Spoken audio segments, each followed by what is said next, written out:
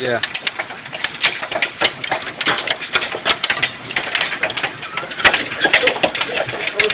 People make fun of Arizona and how they go nuts when it rains. This is at least legit, you know? Holy cow.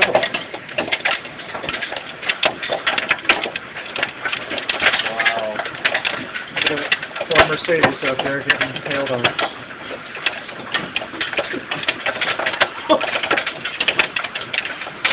That's unbelievable. Look at the size of them. They're like snowballs, you know? Yeah. There's a couple golf balls out there.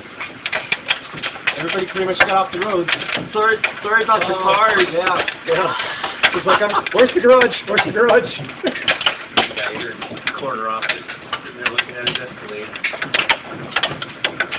Not good. Oh, shit. It's coming now. Look at that! Oh my gosh! They're bigger than Look at yours. There's some golf balls. They're sweet potato size. I've never seen hail that big before. You? Not in Arizona. You grew up in Illinois. Midwest, yeah. I never saw it this big in the Midwest. I've seen like entire windshield wipers just ripped off the cars because of the wind. Oh my god, that's unbelievable.